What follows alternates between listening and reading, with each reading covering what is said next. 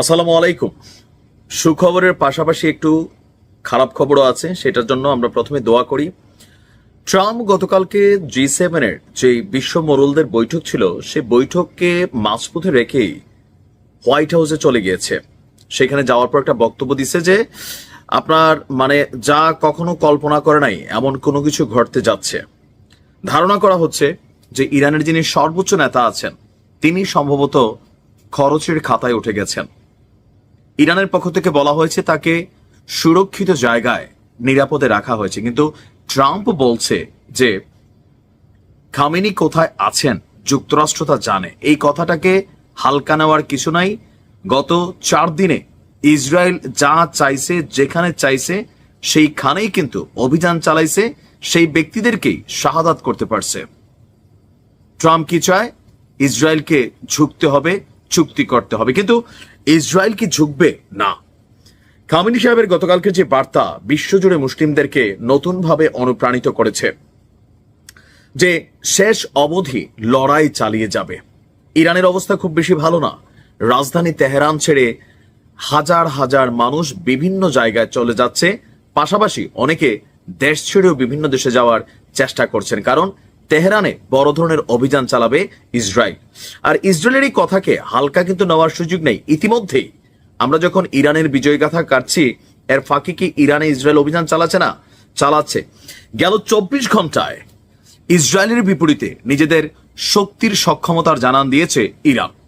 ইরানের সেনাবাহিনী গত 24 ঘন্টায় 28টি শত্রু বিমানকে শনাক্ত করেছে এবং প্রতিহত করেছে দাবি করেছে ইরান। এর মধ্যে একটি ছিল শক্তিশালী গুপ্তচর ড্রোন, যা সংবেদনশীল স্থান থেকে তথ্য সংগ্রহের চেষ্টা করছিল। খবর হচ্ছে আল জাজিরা। প্রতিবেদন অনুযায়ী ইরানের সামরিক বাহিনীর দাবি তারা ইসরায়েলের একাধিক পৃথিবীর সবচেয়ে আধুনিক, যেটাকে বলা হয়ে থাকে যে যুদ্ধের গেম চেঞ্জার, F-35 স্টিলথ ফাইটার মানে এই যুদ্ধ বিমানটার মধ্যে স্টিলের একটা প্রলেপ আছে, যার কারণে এটা যখন আকাশে উড়ে আপনি এটাকে আইডেন্টিফাই করা কষ্টকর হয়ে যায়। কারণ নর্মালি মার্কারি বা যে কালারটা আপনি দেখবেন যে মার্কারি কালারের মধ্যে একটা আকাশের কালার পড়লে আপনি সহজে খুঁজে পাবেন না যে এখানে একটা গ্লাস আছে।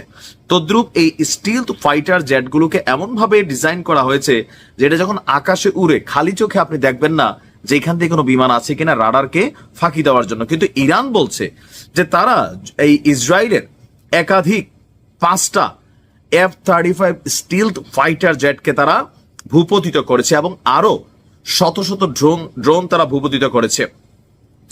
আপনার অন্যদিকে ইসরায়েল বলছে যে আপনার প্রতিরক্ষা বাহিনী যে ইরানে তাদের চলমান অভিযানে তারা যথেষ্ট সফলতা পেয়েছে এবং তাদের দাবি এই মুহূর্তে তেহরানের আকাশে সম্পূর্ণ বিমান শ্রেষ্ঠত্ব অর্জন করেছে ইসরায়েল। আর ইসরায়েলের দাবি যে তেহরানের আকাশ সীমার পূর্ণ নিয়ন্ত্রণ এবং দেশটির সর্বোচ্চ নেতা খামেনি সাহেবের অবস্থান শনাক্ত করে ফেলেছে আপনার ইসরায়েল। শুধুমাত্র ট্রাম্পের গ্রিন সিগন্যালের অপেক্ষায় আছে। অপরদিকে ইসরায়েল বলছে যে শত্রুদের বেশিরভাগ আক্রমণকেই প্রতিহত করা হয়েছে।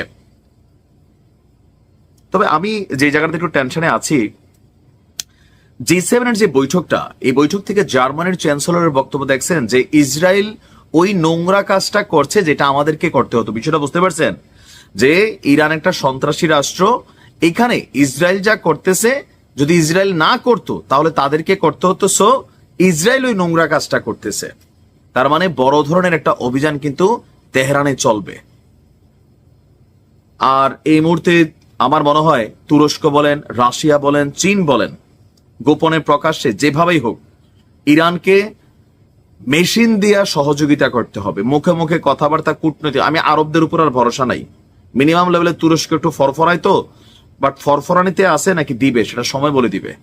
ইরানকে আল্লাহ হেফাজত করুক, আরো বিজয়ের সক্ষমতা দান করুক। ভালো থাকুন। আসসালামু আলাইকুম।